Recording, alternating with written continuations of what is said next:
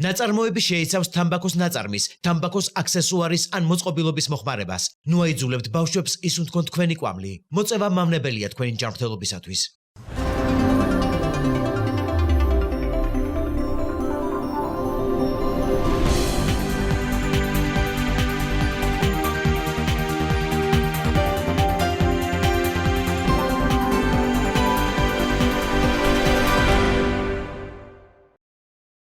მოგესალმებით, ეს აგროსიახლეებია, მე მისი წამყვანი ჟურნალისტი ბელა გელაშვილი ვარ და როგორც ყოველთვის დღესაც უნდა ვისაუბრეთ სოფლებზე, რეგიონებზე და ყველაფერზე, რაც ეხება გარემოს, რომელშიც ვცხოვრობთ და რომელსაც ჩვენ თავად გქმნით, ხან სწორი, ხან არასწორი ჩარევებით.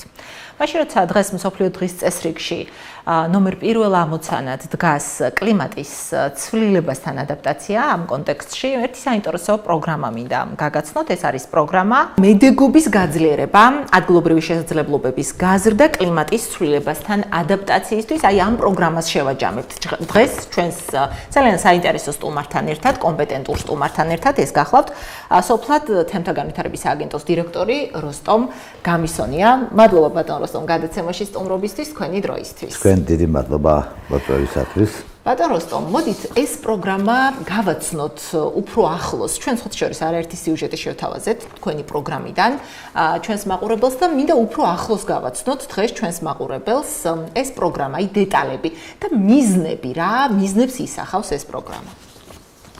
მადლობა შეკითხვისათვის, გალბატონო ბელა. პროგრამის ძირითადი მიზანია მოსახლეობის ცნობიერების ამაღლება, კლიმატის ცვლილების საადაპტაციო შესაძლებლობის გაზრდის მიზნით. ამ პროექტის ფარგლებში, რომელიც მიმდინარეობს უკვე 1 წელზე მეტია, ამ პროექტის ფარგლებში ჩვენს მიერ ხობის მუნიციპალიტეტში შერჩეული იქნა 3 სასოფლო თემი, ახალსოფელი, თორცა და 1 მაისი, სადაც მთელი რიგი საქმიანობები განხორციელდა მოსახლეობის ცნობიერების ამაღლებისათვის, ხო. თუმცა ის მინდა ვახსენო, რომ ეს პროგრამა დაფინანსებულია გაეროს განვითარების პროგრამისა და დანიის მთავრობის მიერ და პროგრამის ეს მუნიციპალიტეტები, ბატონ როსტომ, რა პრინციპით შეირჩა? ეს მუნიციპალიტეტები იქნა შერჩეული თავიდანვე გაეროს განვითარებისა და დანიის მთავრობის მიერ, იმის გათვალისწინებით, რომ აქ არის რეალური შესაძლებლობები ხობისა და ფოთის მუნიციპალიტეტი გადავიყვანოთ პლანი განვითარების გზაზე. პლანი განვითარება მოგახსენებათ, ეს არის რთული გზა, რომელიც მოითხოვს განსაკუთრებულ მიდგომებს და პირველ რიგში მოითხოვს მოსახლეობის დაინტერესებას ამ პლანი განვითარებით. ნუ ამ პროგრამის ფარგლებში ჩვენს მიერ შერჩეული იქნა 3 სასოფლო თემი, გარკვეული კრიტერიუმების მიხედვით, რომელიც შემუშავებული იქნა პროექტის ფარგლებში, ახალსოფელი, როგორც ვახსენეთ, თორცა და 1 მაისი, სადაც ჩამოყალიბდა პირველი სათემო, სადემონსტრაციო საცხოვრისები, რომელიც არ გამოყოფენ დიდ ძალ გარემოსათვის დამაბინძურებულ ნივთიერებებს.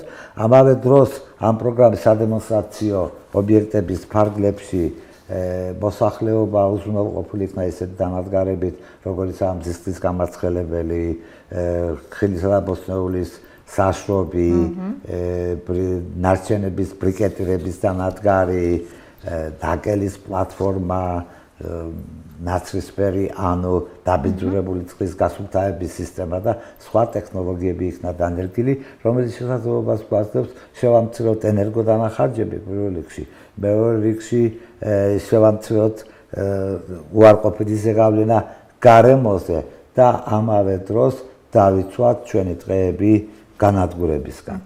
ამრიგად ამ პროექტის ფარგლებში ჩვენს მიერ ჩატარებული იქნა მთელი რიგი სემინარები, შეხვედრები, რაც საინტერესო იყო, ერთ-ერთი საინტერესო კვლევა ჩატარდა, რომელსაც ქვია კლიმატის ცვლილებადი მოწყვლადობის შეფასება. ამ შეფასების ფარგლებში ჩვენს მიერ იქნა დადგენილი, რომელი დარგებია მეტად დაზიანებული კლიმატის ცვლილებების შედეგად და იმის შესაბამისად შევიმუშავეთ მერე სამოქმედო ღონისძიებები. ამასთან სასოფლო თემებმა გამოთქვეს სურვილი და მათთან ერთად ჩავატარეთ ჯერ განახლებადი ენერგიის წყაროების ინვენტარიზაცია, ამ ინვენტარიზაციის შედეგად ჩვენს მიერ შემუშავებული იქნა სასოფლო თემებთან ერთად, მათთან თანამშრომლობით კლიმატის ცვლილებისადმი ადაპტაციის სამოქმედო გეგმები და პროგრამები, რომელთაც მიხედვითაც ისინი შემდგომში იმუშავებენ. ბატონო სტომ, თქვენ ახსენეთ ახლა ამ პროგრამის ზოგადი მიზნები. გულისხმობ რას? საკმაოდ ზუსტი, კარგი მიზნები, საჭირო ჩვენი ქვეყნისთვის და არა მხოლოდ ჩვენი ქვეყნისთვის, ხო, გარემოზე ნაკლები ზემოქმედება, ტყეების გადარჩენა, ასე ვთქვათ, მაგრამ საინტერესოა, ეს პროგრამა რას ცვლის თვითონ იმ ადამიანებისთვის, რომლებიც, ანუ ბენეფიციარებისთვის, რომლებიც ჩართულნი არიან თქვენს პროგრამაში. მათ ყოველდღიურობას რით აუმჯობესებს, რას ცვლის? გასაგებია, ვთქვათ, ავიღოთ ასეთი მარტივი რაღაცა. ავიღოთ ენერგოეფექტური ღუმელი. ამ ენერგოეფექტური ღუმელი ნაცვლად იმისა, რომ თითოეული ოჯახი სამეგრელო ზემოსვანეთის რეგიონში მოიყვას 8 კუბურ მეტრას შეშალს, ამ ენერგოეფექტური ღუმელის გამოყენებით მას შეუძლია შეამციროს ეს 4 კუბამდე. ასე რომ აქ ეკონომიკური ეფექტი არის ძალიან მაღალი. პლუს ამას ენერგოეფექტური ღუმელები ნაკლებად გამოყოფენ საშიშ და საზიანო ნივთიერებებს. ყოველწლიურად მოგეხსენებათ მსოფლიოში არაეფექტური ღუმელების გამო. ხდება 4-5 მილიონი ადამიანი. ნუ დიდ ბრიტანეთში ყოველწლიურად ხდება 2000 კაცი. ჩვენთან არ ვიცით რამდენი ხდება, იმიტომ რომ ამის სტატისტიკა არ მიყავს, მაგრამ ვიცით ის, რომ არაეფექტური ღუმელები დიდ ზიანს აყენებს მოსახლეობას. პლუს მზისხლის გამაცხელებელი. მზისხლის გამაცხელების გამოყენება 25%-ით გიმცირებ თქვენ ენერგოდანახარჯებს. თუ თქვენ თქვათ ენერგიაში თვეში იხდით 100 ლარს, მზისხლის გამაცხელებელს უიყენებთ, უკვე ავტომატურად თქვენ დაუნებლიეთ 25%-ით გიმცირდებათ ენერგოდანახარჯები, პლუს ამას თქვენ გაქვთ ცხელი წყალი სამზარეულოში და აბაზანაში, პლუს ამას 1 კვადრატული მეტრი მზისხლის გამაცხელებელი ზოგავს 1 ტონამდე ნახშირობად ჯანს, რომელიც არის ერთ-ერთი აირი, რომელიც ხელს უწყობს კლიმატის ცვლილებას. ბატონო სტომ, როგორ ფიქრობთ, დაარწმუნეთ მთელ ამ რიგ სიკეთეებში, ხა თქვენ, რომელიც ჩამოთვალეთ ეს ადამიანები და მომართვიანობა თუა მაღალი, ანუ რამდენად ინტერესდებიან ამ პროგრამაში ჩასართავად ეს ადამიანები? მადლობა შეკითხვას, მაგრამ ეს კაი შეკითხვა, რომელზეც ჩვენ ვუშავებთ, იმიტომ რომ როდესაც პროექტს ვანხორციელებთ, მე გვაინტერესებს, აი შედეგი რა არის ამისა. კაი ერთ კაცთან განვახორციელებთ, მაგრამ მეორე, დავინახეთ ის, რომ მოსახლეობის ინტერესი იყო ძალიან დიდი. თქვა თორსაში მეტნაკლებად, მაგრამ 1 მაისში ძალიან მაღალი ინტერესია მოსახლეობამ. მათ უნდა თქვა დააყენონ მზისხლის გამაცხელებლები, ენერგოეფექტური ღუმელები, ხილისა და ბოსტნეულის საშრობი, ჩირის გასაკეთებელი ბიზნეს საძოვრების განვითარებისათვის, მაგრამ უნდა ვთქვათ, რომ მთელი რიგი მარტო ამ იმაზე გაჩერება პროექტის განხორციელებით არ შეიძლება. ნებისმიერ პროექტს უნდა ჰქონდეს გაგრძელება. ახლა თქვენ სწორი შეკითხვა დასვით. აი ერთმა ისარგებლა, მაგრამ სხვებს რა და როგორ. ამიტომ უნდა იქნას შემუშავებული მთელი რიგი სისტემა ამ ტექნოლოგიების ხელმისაწვდომობისა და ტექნოლოგიების მიღებისათვის და აქ აუცილებელია სამთავრობო სტრუქტურების ჩარევა, საფინანსო ინსტიტუტების ჩარევა, ინვესტიციების მოზიდვა და ასე შემდეგ. ამიტომ ჩვენ ვეცადეთ, რომ გავაკეთებია ისეთნაირად, რომ მთლიანად ამ სამი თემით არ შემოფარგებულიყავით, არამედ სხვა მთლიანად ხობის მუნიციპალიტეტის დონეზე შეგვედგინა რაღაც პროგრამები, რომელიც შემდგომში ხელს შეუწყობს სამთავრობო. ანუ ეს თქვენი სამომავლო საქმიანობა ფაქტობრივად? სამთავრობამ შეიმუშაოთ ახლა პოლიტიკის რეკომენდაციები, რომლის მიხედვით მათ შეუძლიათ ახლა აიღონ ეს და დაიდონ ეს პოლიტიკის რეკომენდაციები და თუ რა უნდა გააკეთონ იმისათვის, რომ უფრო მდგრადად გამოიყენონ არსებული განახლებადი ენერგიის რესურსების კარგად არის, მაგრამ ყველაფერი დამოკიდებულია მიდგომებზე და ადგილობრივ ხელისუფალთა დამოკიდებულებაზე და ჩვენ არასამთავრობოებს შეგვიძლია უჩვენოთ მაგალითები. კი ბატონო. და მაგალითების სამომავლოდ იდენტიფიცირების გაგრძელებას აპირებთ, როგორც მივხვდი, ხო? სამომავლო გეგმები მაინტერესებს ახლა თქვენი რას. როგორ ხედავთ მომავალში თქვენი საქმიანობის გაგრძელებას, რა ფორმით ხედავთ? ალბათ ჩვენ უფრო უნდა ვიმუშაოთ იმ მართულებით, რომ უფრო დიდი პროგრამები გავაკეთოთ და არა 3 თემი არამედ მოვიცვათ მთლიანად მუნიციპალიტეტი. ამასთან ნეტად უნდა ავამაღლოთ მოსახლეობის ცნობიერება ამა თუ იმ ტექნოლოგიური დანადგარის სიკეთეებში. დავარწმუნოთ ისინი, დავარწმუნოთ იმაში, რომ არ შეიძლება შენ დღეს ცხელი წყალი არ ქონდეს, სოფელში ცხოვრობდე და მაშინ ეს ცხელი წყალზე კი არ უნდა დახარჯო ასობით ლარიან, ასობით კუბური მეტრო გაზი, არამედ შეიძლება მზის ენერგიის გამოყენებით, რომელიც საბედნიეროდ უხვადა გვაქვს საქართველოში, შეიძლება კარგად იცხოვრო. აი რო შევაჯამოთ საბოლოოდ ბატონ როსტომ, რა შეგიძლიათ თქვათ ის მიზანი, რაც ამ პროგრამას ჰქონდა მიღწეულია, კმაყოფილი ხართ? კმაყოფილი ვარ, როგორ გითხრათ ახლა ადამიანი, რომელიც კმაყოფილია, იჭერდება, იცით? უკმაყოფილობის ძნობაც არის, მაგრამ რაც კი დასახული იყო ბიზნესები პროექტის ფარგლებში, ეს განხორციელებული იქნა და ახლა ვფიქრობთ შემდგომ პროგრამებზე, გაფართოებაზე, არა მარტო ხობის მუნიციპალიტეტში, არამედ იმიტომ, რომ ჩვენ ის დანადგარები ტექნოლოგიური მაგის გამოყენებადია საქართველოს ყველა რეგიონში და მთელ მსოფლიოში. ჩვენ ფაქტობრივად შექმნით მოდელი დაბალ ემისიური და გრადი საცხოვრისის. კი ბატონო. და ანუ პერსპექტივას მთავრობასთან ხო არ გქონიათ თქვათ რამე ტიპის კოორდინაცია ამ თემაზე, რომ რაღაც ერთობლივად კოორდინირებულად გემუშავათ. თუ ჯერ არა და სამომავლოდ გეგმავთ. სამწუხაროდ არა, მაგრამ ჩვენ ღია ვართ თანამშრომლისათვის და თუ მთავრობა არ გვიშლის ხელს, პირიქით კარგ ურთიერთობაში ვართ ადგილობრივ ხელისუფლებასთან, მაგრამ ეს იმას არ ნიშნავს, რომ ჩვენ სამთავრობო სტრუქტურებთან ძალიან მჭიდროდ თანამშრომლობთ. მათგან აქტიურობას ვერ ხედავთ ჯერ მოსახლეობისგან? ადგილობრივ დონეზე კი. მოსახლეობისგან უფრო არის ინტერესი. კი. და უნდა ვთქვათ, აღნიშნოთ ისიც, რომ ადგილობრივი წმუნდებულებისგან კიდევ დიდი მხარდაჭერა გვაქვს, მაგას ვერ ვიტყვით, მაგრამ არ ერევიან უბრალოდ ჩვენ საქმიანობაში. ბატონ როსტომ, თვითონ ხალხში რას გრძნობთ? ბოლო პერიოდში აი საჭიროება კლიმატის ცვლილებასთან ადაპტაციისა დაინახეს? ერთია ის ეკონომიკური სარგებელი, ხა თქვენ რაც ჩამოთვალეთ, შეიძლება ძალიან ხელშესახები და მიმზიდველი იყოს მათთვის, იმიტომ რომ ხელშესახები ეკონომიაა მათთვის და გასაგებია, მაგრამ ზოგადად კლიმატის ცვლილების ნეგატივს საკუთარ ყოველდღიურობაზე თუ გრძნობენ და მე უკვე ადაპტაციის საჭიროებას. იცით რა არის, როდესაც ერთი შეხედვით, რო შეხედათ, ფიქრებთ არა, მაგრამ როდესაც ჩვენ ვატარებთ შეხვედრას ფოკუს ჯგუფების განხილვებს, ძალიან კარგად აქვს შეგნებული და დანახული თუ რას უგადის ეს კლიმატის ცვლილება, წყალდიდობების მოხშირებული გვალვების და ასე შემდეგ, წყალდიდობები, თქვი, მეწყერების მიხედვით და ცნობს მოსახლეობა იმას, რომ კლიმატის ცვლილება ახდენს გავლენას მათ ყოველდღიურ ცხოვრებაზე. დავიტოვოთ იმედი ხო, რომ პასუხისმგებელი პირებიც მიხვდებიან ამის საჭიროებას და უფრო გააქტიურდებიან ამ მიმართულებით. მე მადლობას გადაგიხდით გადაცემაში მონაწილეობისთვის, თქვენი დროისთვის, იმ კარგი საქმისთვის. ენერგიის სხვადასხვა წყაროების ძიება და გამოყენება კაცობრიობის ფიქრის და განსჯის საგანი დიდი ხნის წინ გახდა. ჯერ კიდევ პირველ ყოფილი საზოგადოებისთვის ენერგიის ძირითადი წყარო შეშით ცეცხლის დანთება იყო. დაახლოებით 300 წლის წინ ადამიანმა უკვე დაიწყო ქვანახშირის ფართო გამოყენება.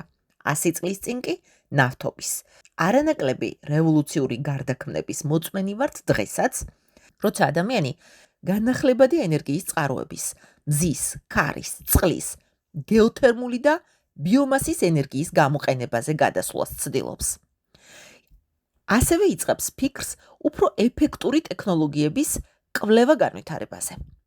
ამისკენ კაცობრიობას კლიმატის ცვლილების ტემპის დაჩქარებამაც უბიძგა. მდგრადი საარსებო წყაროების შექმნა კლიმატის ცვლილების ფონზე პირველადი საჭიროების და გადაუდებელი ზრუნვის საგანი ხდება.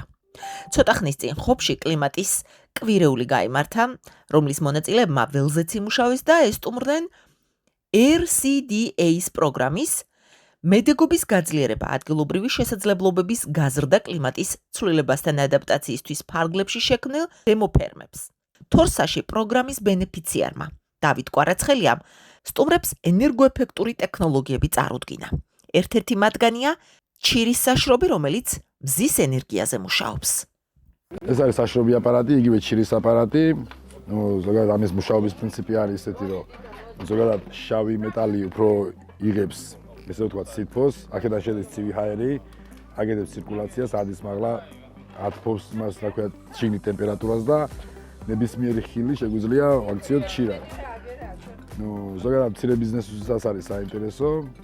შეგვიძლია მცირე ბიზნესადაც ვაწარმოოთ, კონდეს რამოდენიმე ესეთი აპარატი, ან შეიძლება უფრო დიდიც გაკეთდეს და ერთგვარი შემოსავალი წყაროც იყოს. ნებისმიერ ხილს აკეთებს ჩირად, ანუ შეგვიძლია ნებისმიერი ხილი ვაწარმოოთ. არის ძალიან მარტივი მექანიზმით აწყობილი, ნებისმიერ ადამიანს შეუძლია ამის აწყობა.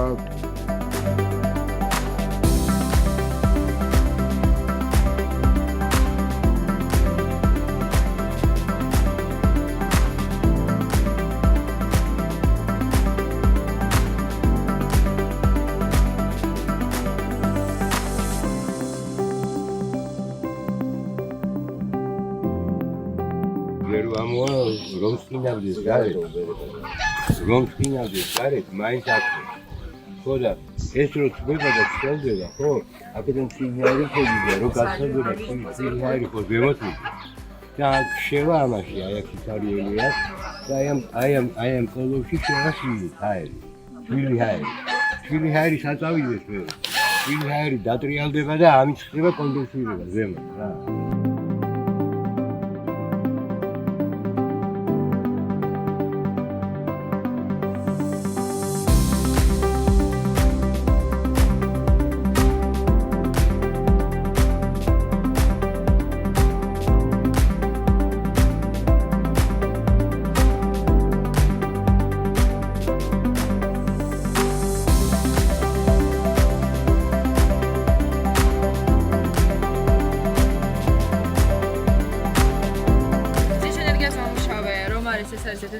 დადებითი მხარე, იმიტომ რომ განახლებოდი ენერგიაზე მომუშავე არის და არავით არის ემისიების ასეთ სხვადასხვა სახის ამის გაფრქვევას არ იწევს და პირიქით, ანუ ნებისმიერ ტემპერატურაზე, ნებისმიერ სეზონზე ის მუშაობს.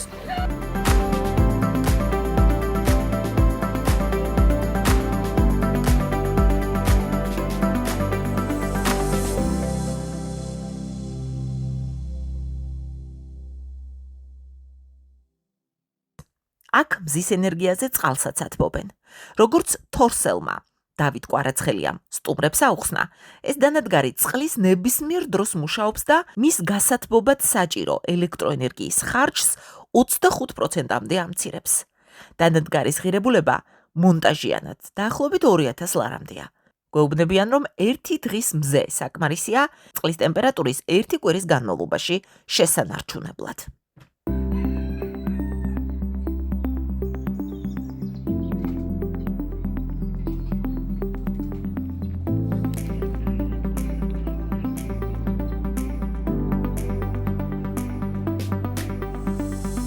ეს არის მზის წყლის გამათობელი სისტემა.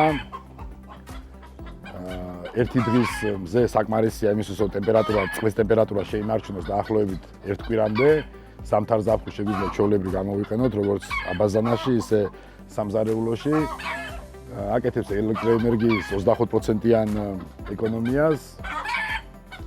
და არის ძალიან კარგი საშუალება იმისთვის, რომ ზამთარ ზაფხულ გქონდეს ცხელი წყალი. ეს შეიქმნა გაეროს განვითარების პროგრამის მიერ და რისთვისაც შეგვიძლია უთხრათ უმეტეს მადლობა.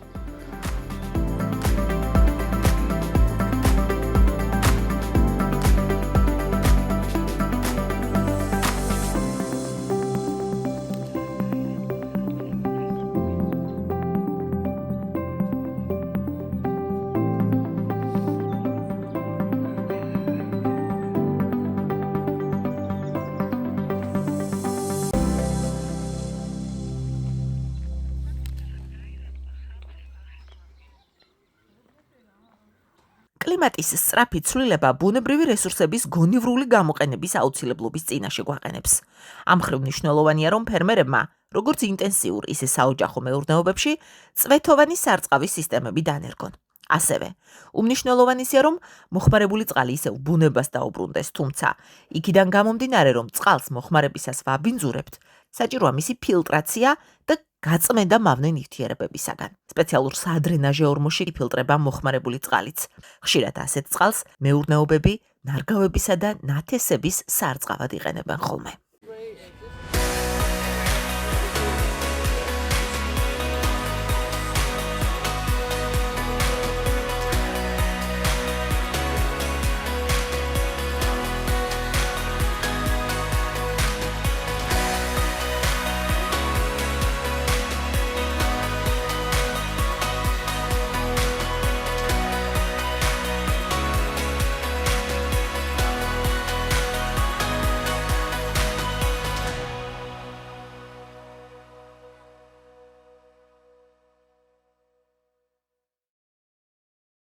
რესურსების დაზოგვის და გონივრულად გამოყენების მხრივ ენერგოეფექტურობისთვის კიდევ ერთი მნიშვნელოვანი რამ, განსაკუთრებით რეგიონში, ენერგოეფექტური ღუმელები და შეშის ალტერნატივაა. საწვავი ბრიკეტები მზადდება ისეთი ნედლეულისგან, როგორიც არის ფოთლები, ბოსტნეულის ღერო, სიმინდის ღერო, ტოტები, თხილის ნაჭუჭი, ნამჯის ნარჩენები, ქაღალდი, ნახერხი, წალამი და სხვა.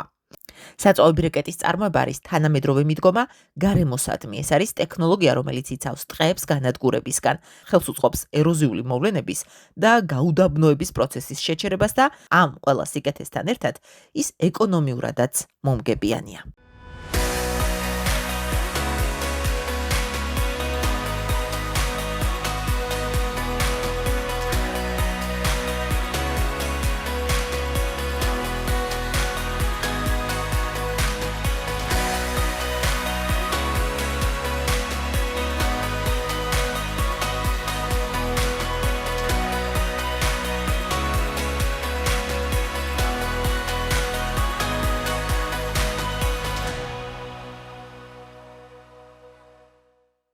RCDA-ის პროგრამის მედეგობის გაწლიერება ადგილობრივი შესაძლებლობების გაზრდა კლიმატის ცვლილებასთან ადაპტაციისთვის ფარგლებში სამ სოფელში, თორსაში, 1 მაისსა და ახალ სოფელში სამუშაოები მიმდინარეობს და სამივე ლოკაციაზე სადემონსტრაციო საიტების დემო საიტების მოწყობა უკვე სასურველია. მემცენარეობისა და მეცხოველეობის წარმოებაში იქნება ეს საოჯახო, მცირე თუ ინტენსიური პირველადიან გადამამუშავებელი აგროწარმოება, რჩება და იყრება დიდი ოდენობით ორგანული ნარჩენი, რომლებიც აბინძურებენ გარემოს და დიდ პრობლემას უქმნიან ეკოსისტემას. ისინი დიდი რაოდენობით ხვდება ნაგავსაყრელებზე, ლპობისას წარმოიქმნება ემისიები, ბინძურდება ჰაერი, იწამლება ნიადაგი, ბინძურდება გრუნტის წყლები, რაც საბოლოოდ დიდ საფრთხეს უქმნის ადამიანის ჯანმრთელობას. იმისთვის, რომ ეს ყველაფერი თავიდან ავირიდოთ, საუკეთესო გამოსავალია კომპოსტის დამზადება. ეს ერთ-ერთი საუკეთესო ბიოსასუქია მცენარეებისთვის. ასე იქნება კლიმატის მიმართ მოქნილი ღირებულებათა ჯაჭვი, რომელსაც ჩვენ უდანაკარგო წარმოებას ვეძახით, რაც ცირკულარული ეკონომიკის ერთ-ერთი მნიშვნელოვანი ნაწილია.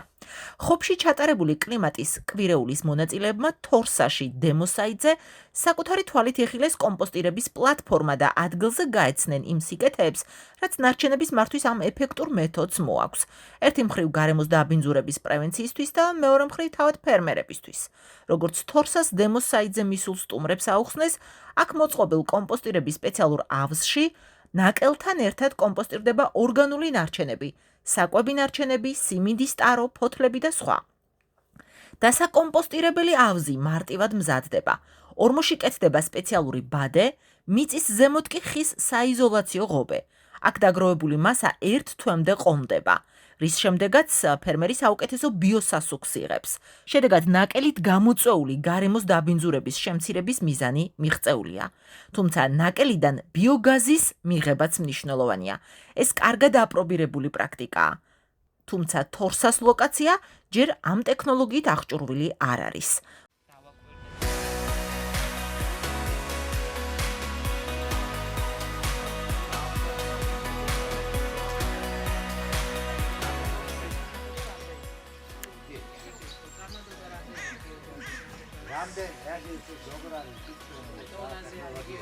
რამდენის ნაკელი გვაქვს? უნიკალური ბიოგაზდანადგარები, რომელიც არის პატარა და გადასატანის გვაქვს გაკეთებული. ასევე ნებისმიერი შეიძლება მოვარდოთ აქ.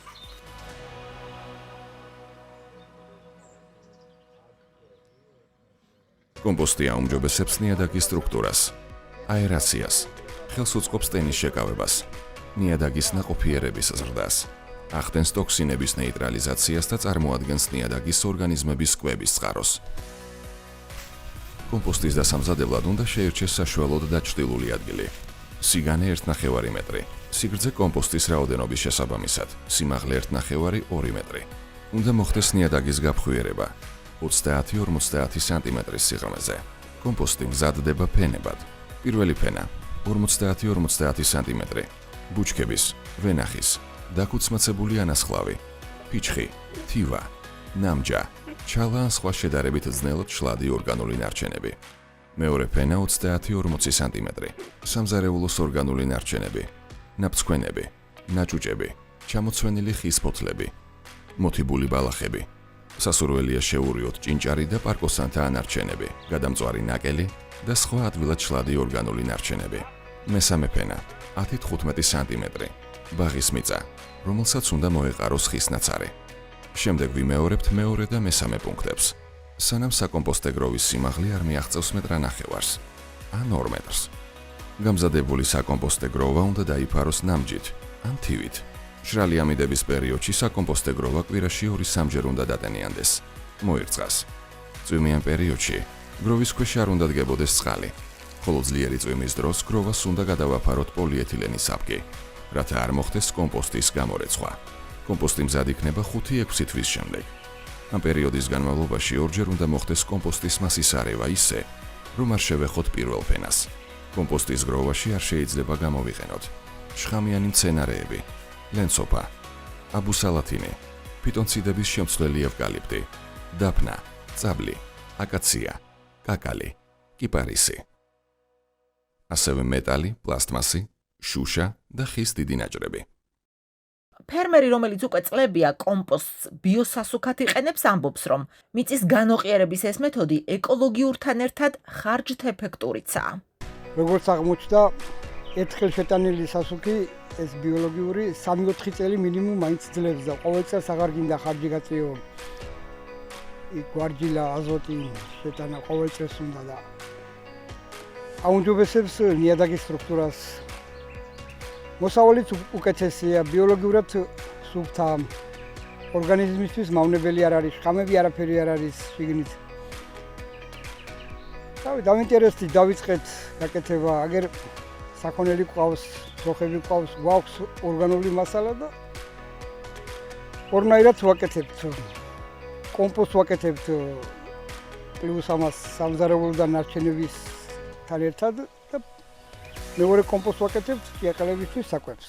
კომპოსტის დასამზადებლად რამდენიმე ფენა ნარჩენი საწყობდება. ეხლა ეს ფენა კეთდება. პირველი ფენა დრენაჟისთვის, ასე ვთქვათ, რომ ჩაიწუროს შეხო, ამას დანამა, რომ არ მოხდეს, რომ ესე დრენაჟისთვის ანასხლავი, ფიჩხი, აი ესეთი ცოტა უფრო პირველი ფენა ეს არის. შემდეგ არის მიწას ვაკეთებ, აუცილებლად მიწა.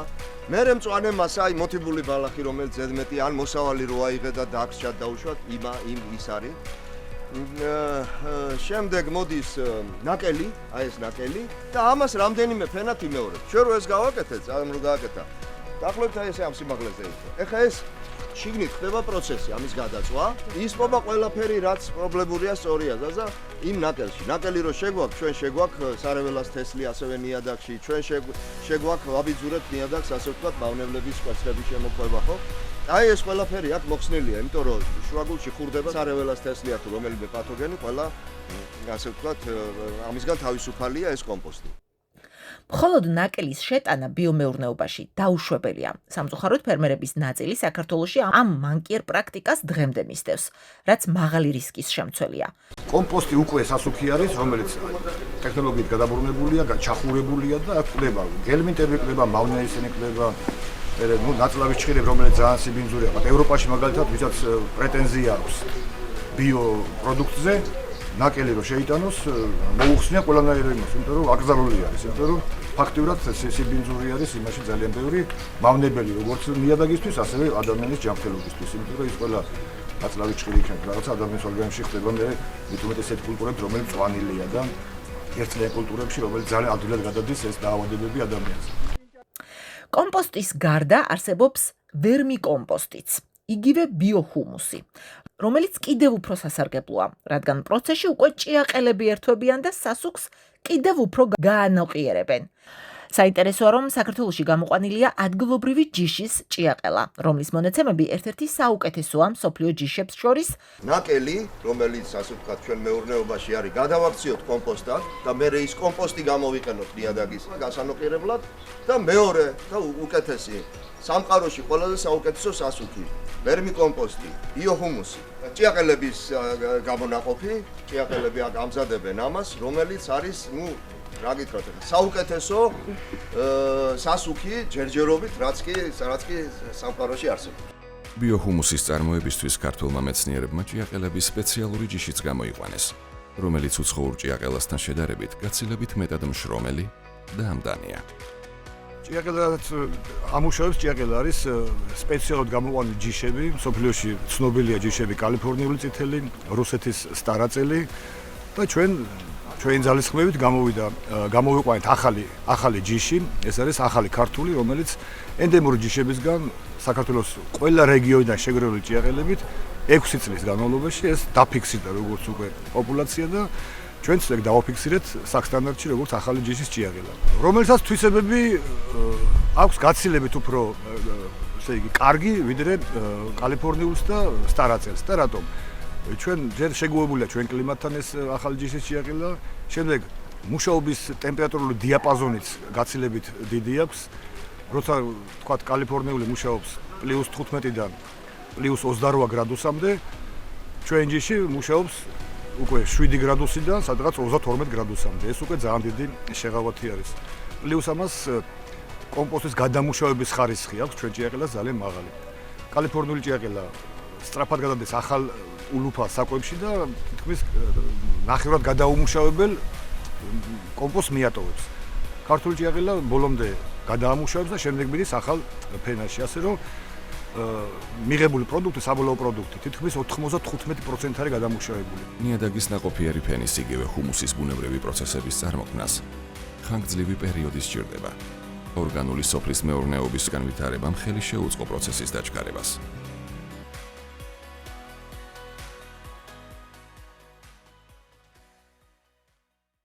ნაკლები აგროქიმია და მეტი ბიოწარმოება. აგროწარმოების ამ პრაქტიკაზე ცივილიზებული სამყარო დიდი ხნის წინ გადავიდა. გვახსოვდეს, სჯობს მოსავალი უფრო ნაკლები და ხარისხიანი იყოს, ვიდრე ბევრი და ჯანმრთელობისთვის საშიში, რადგან ხარისხიანი პროდუქტი ნიშნავს ჯანმრთელობას.